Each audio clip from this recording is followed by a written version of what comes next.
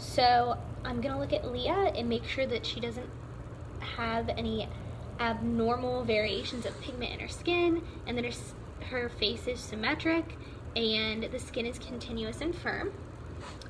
Okay, and I am seeing a couple freckles over here, but nothing looks abnormal.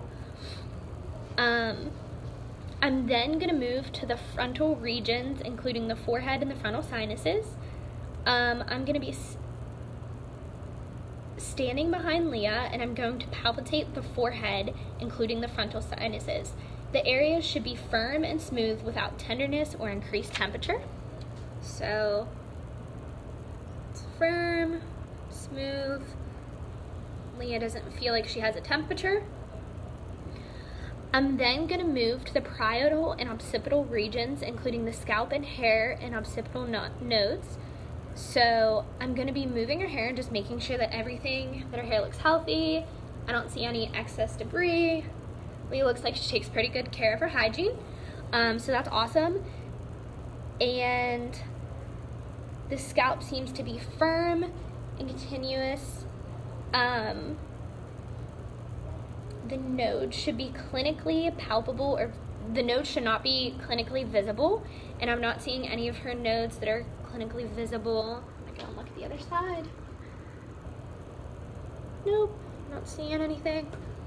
Okay, so we're gonna move to step 4, which is the temporal and articulator regions, including the scalp, ears, and articular nodes.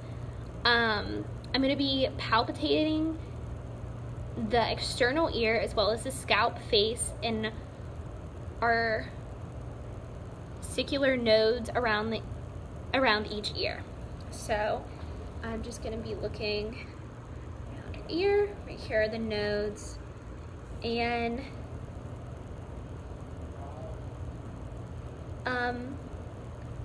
the skin is still firm and continuous without changes around her ears, so there's not any unattached skin, there's no lesions, nothing like that.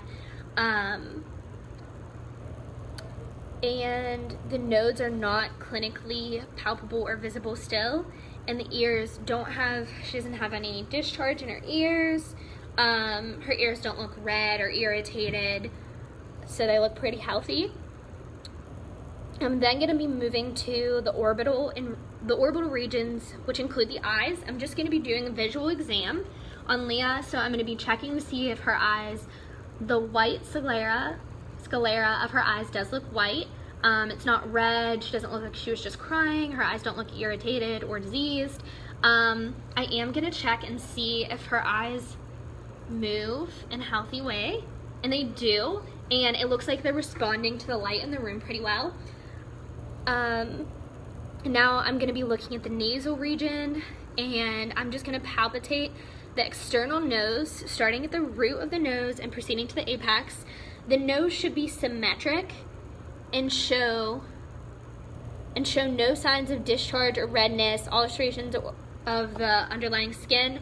So I'm gonna look and I'm gonna see, does Leah have any discharge in her nose? She doesn't. She looks like it's pretty healthy. The nose doesn't look red or irritated as if she has some type of illness. Sometimes when people are sick, they rub their nose a lot, which creates it to be really red and irritated. So that's not what we'd be looking for here. That would not be a healthy nasal region.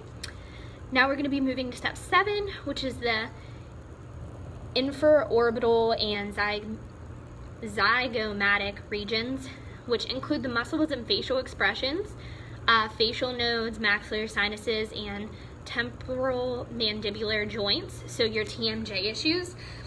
This is going to be where we're just